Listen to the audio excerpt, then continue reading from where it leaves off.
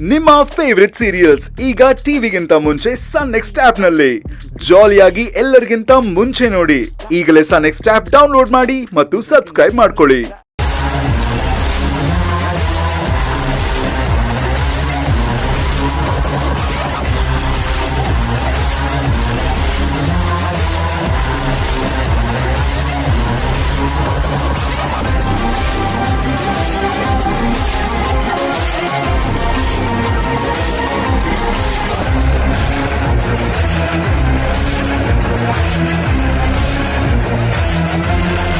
Hello madam, ಯಾರು ಹುಡುಕ್ತಿದ್ದೀರಾ ನೀವು?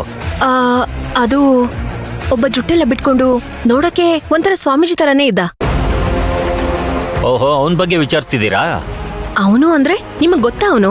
ಹಾ, ಗೊತ್ತು. ಯಾರವನು? ಅವನ ಹೆಸರು ಶಿವಣ್ಣ ಅಂತ ಏನೋ ಅಂತಾರೆ.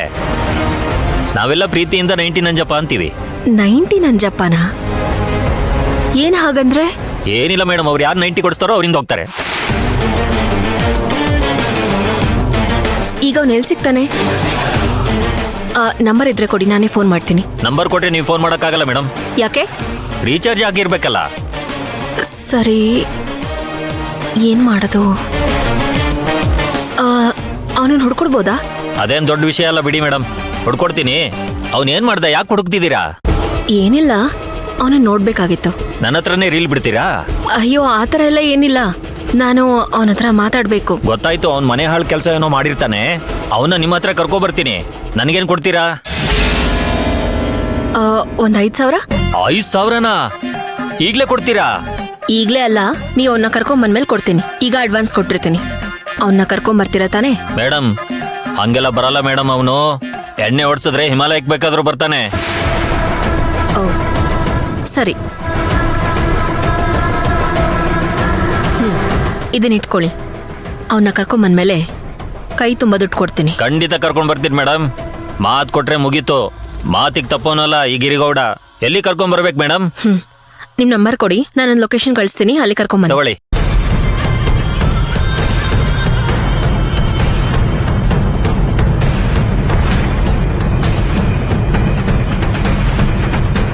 ಮರಿದೆ ಕರ್ಕೊಂಡ್ ಬನ್ನಿ, ನಾನು ಲೊಕೇಶನ್ ಕಳಿಸ್ತೀನಿ. ಸರಿ ಮೇಡಮ್. ಸನ್ಮಾನ ಇದೆ. ಸರಿ ಮೇಡಮ್.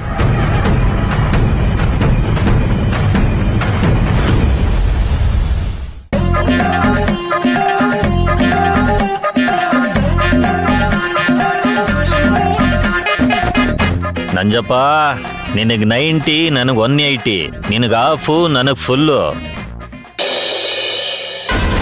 ಏನು ಹೇಳ್ತಿದ್ಯಾ? ಮಂತ್ರ ನಿನಗ್ ಫೋನ್ ಮಾಡಿದ್ಲಾ? ಹೌದು ಶಾಂತಿ. ಆಮೇಲೆ ಕಂಗ್ರಾಚುಲೇಷನ್ ಶಂಕ್ರು. ಕಂಗ್ರಾಚುಲೇಷನ್.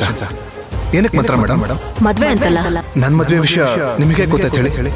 ನೀನ್ ಮದ್ವೆ ಆಗೋ ಹುಡುಗಿನೋ ಅವಳ ತಾಯಿನೋ ನಮ್ಮ ಮನೆಗ್ ಬಂದಿದ್ರು. ಅವ್ರ ಅಣ್ಣ ವೀರಣ್ಣ ನಿನಗ್ ಮದ್ವೆ ತಯಾರಿ ಮಾಡ್ತಿದಾರಂತೆ. ಅಟ್ಲೀಸ್ಟ್ ನನಗೊಂದು ಮಾತು ಹೇಳ್ಬೋದಿತ್ತಲ್ವಾ? ನಾನು ನನ್ನ ಕೈಲಾಗಿದ್ದ ಸಹಾಯ ಎಲ್ಲ ಮಾಡ್ತಿದ್ದೆ. ಅಲ್ಲ ಕಣೋ ಚಿನ್ನು, ಇದ್ ನಡೆದಿರೋದು ಯಾವಾಗ? ನೀನ್ ಹೇಳ್ತಿರೋದು ಯಾವಾಗ? ಅದಕ್ಕೆ ನೀನು ಮಾಧವಿಗ್ ಬೈದ್ಯಾ? ಹಾ, ಅದು ಹಾಗಲ್ಲ ಶಾಂತಿ.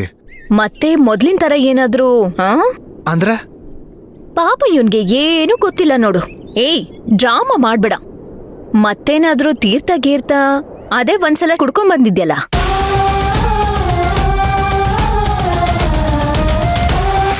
ಮದ್ವೆ ಆಗಿದೆಯಲ್ಲ, ಅವ್ನು ನಿನ್ ಗಂಡ. ಅವನು ಏನಕ್ಕೂ ಪ್ರಯೋಜನ ಇಲ್ಲ. ನೀನ್ ನನ್ ಜೊತೆ ಇದೆಯಲ್ಲ, ನನಗೂ ಇದು ಫಂಕ್ಷನ್ ಇದ್ದಂಗೆ. ನಿನಗೆ ಆ ಮನೆಗೆ ಯಾವುದೇ ಸಂಬಂಧ ಇಲ್ಲ. ತಲೆ ಎತ್ತೋ, ತಲೆ ಎತ್ತಪ್ಪ.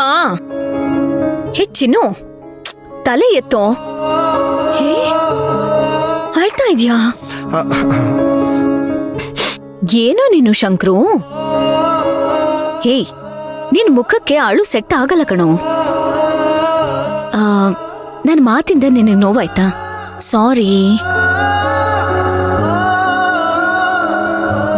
ಹೇ ಪಾಪ ಕಣೋ ಮಾಧವಿ. ನಿಮ್ ಮಾಧವಿ ಎಷ್ಟು ನೊಂದ್ಕೊಂಡಿರ್ಬೇಕು ಹೇಳು. ನಿಮ್ ಅತ್ತೆ ಎಷ್ಟು ಸಂಕಟ ಪಟ್ಟಿರ್ಬೇಕು ಹೇಳು. ನೀ ಅದ್ರ ಬಗ್ಗೆ ಯೋಚನೆ ಮಾಡ್ದ? ಮೊದ್ಲು ಕಣ್ಣೀರ್ ಒರ್ಸು ಅಂದ್ರೆ ನೋಡು ಶಾಂತಿ, ಅವ್ರು ಪದೇ ಪದೇ ನಿನ್ನ ಹತ್ರ ಬಂದು ಭೇಟಿ ಆಗೋದು ನನಗೆ ಇಷ್ಟ ಆಗ್ತಿರ್ಲಿಲ್ಲ. ಅದಕ್ಕೆ ನಾನ್ ಹೇಳಿದ್ನಾ ತೊಂದ್ರೆ ಆಗ್ತಿದೆ ಅಂತ ನಾನು ಹೇಳಿದ್ನಾ? ಹಾ ಇದೇ ಕೊನೆ ಆಯ್ತಾ?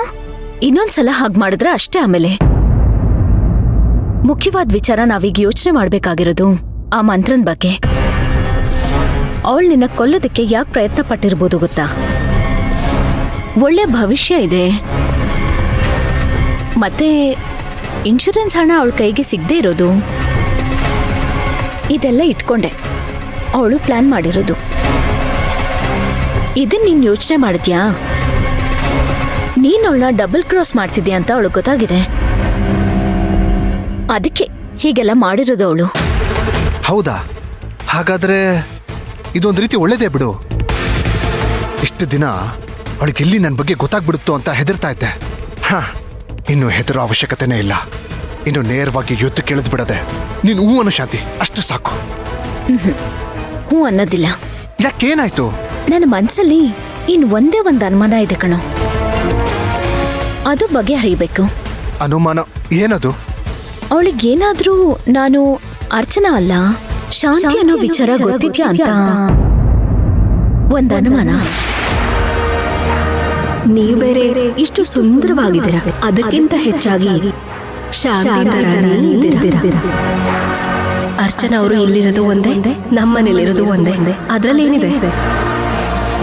ಎಲ್ರೂ ಬೇಡ ಅಂದಾಗ ನನ್ ಬೆನ್ ಹಿಂದೆ ನಿಂತು ಆ ಶಾಂತಿ ನಿವಾಸಕ್ಕೆ ನಾನ್ ಬೇಕು ಅಂತ ನನಗೋಸ್ಕರ ಫೈಟ್ ಮಾಡಿದ್ ನೀವೇ.